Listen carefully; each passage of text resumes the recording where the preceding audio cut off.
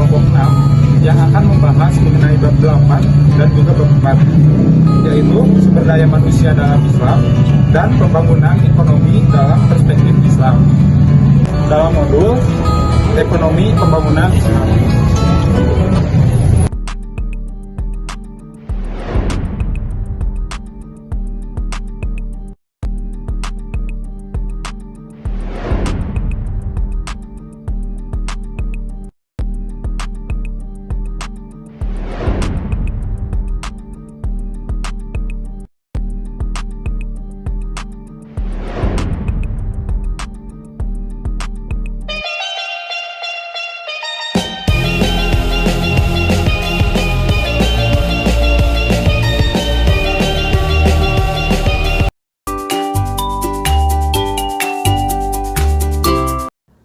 Baik, untuk selanjutnya yaitu model pembangunan Ibnu Khaldun. Dalam pemikirannya, Ibnu Khaldun dikenal sebagai Bapak Ekonomi Islam.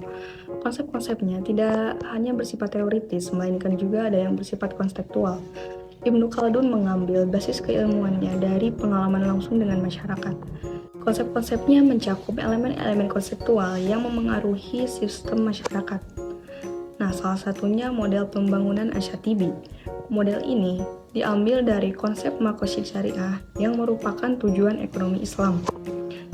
Konsep Asyatibi ini menghubungkan suatu tujuan pembangunan dengan perlindungan terhadap 5 aspek makosid syariah. Model Asyatibi menempatkan kesejahteraan manusia sebagai pusat analisis pembangunan dengan fokus melindungi 5 aspek makosid syariah, yaitu agama, jiwa, akal, keturunan, dan harta.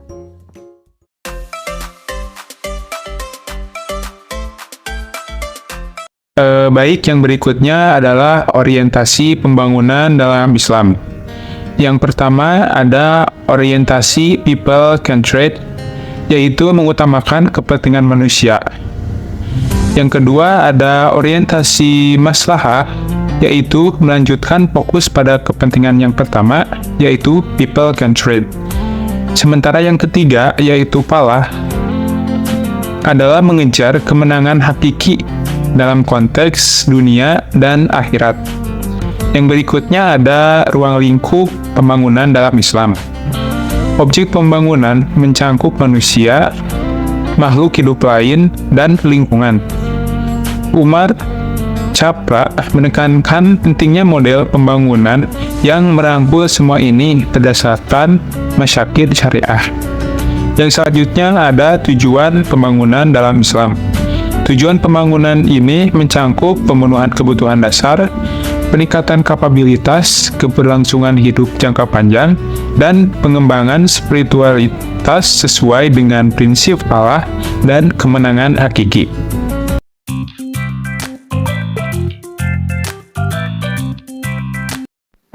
Dalam Islam, mendefinisikan bahwa sumber daya manusia merupakan pengetahuan dan keterampilan yang diperoleh melalui pendidikan dan pelatihan.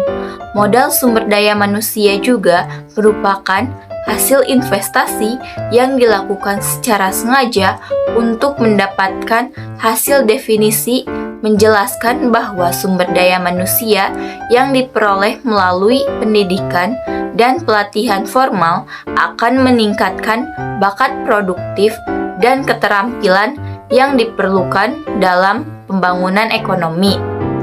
Sumber daya manusia disebut juga sebagai aliyah. Menurut perkembangan sumber daya manusia terdapat 4 kategori aliyah. Yang pertama yaitu aliyah al-wujub, yaitu hak asasi manusia seperti hak kepemilikan, hak perlindungan, dan hak keamanan.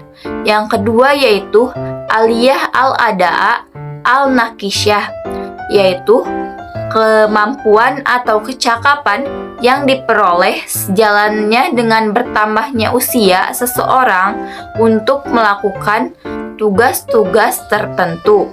Yang ketiga yaitu aliyah al-ada'a al-kamilah, yaitu kualitas sumber daya manusia yang menuntut orang untuk bertanggung jawab atas tindakannya dan kata-kata yang sehingga memiliki konsekuensi hukum.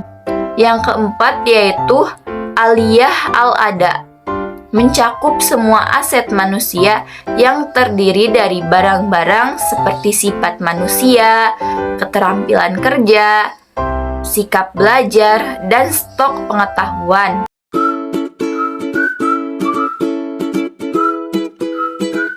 Oke, yang terakhir yaitu keterkaitan antara pembangunan manusia atau disebut juga dengan IPM dan juga pembangunan ekonomi dalam perspektif Islam yang terletak pada pandangan holistik terhadap pembangunan manusia dalam konteks ini.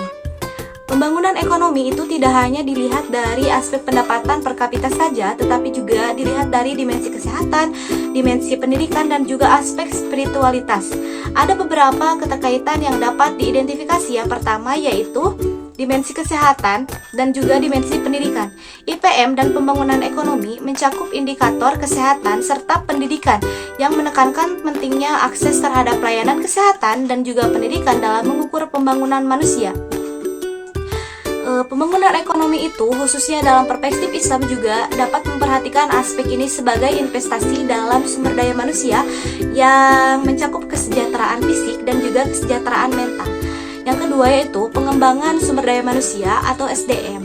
IPM dan pembangunan ekonomi keduanya menyoroti pentingnya pengembangan sumber daya manusia atau SDM. IPM menilai tingkat pendidikan dan juga kesehatan sebagai bagian dari pembangunan manusia. Sementara pembangunan ekonomi di dalam perspektif Islam menganggap sumber daya manusia atau SDM sebagai modal manusia yang harus dikelola secara holistik. Orientasi manusia dan juga kesejahteraan. IPM dan pembangunan ekonomi keduanya memiliki orientasi pada kesejahteraan.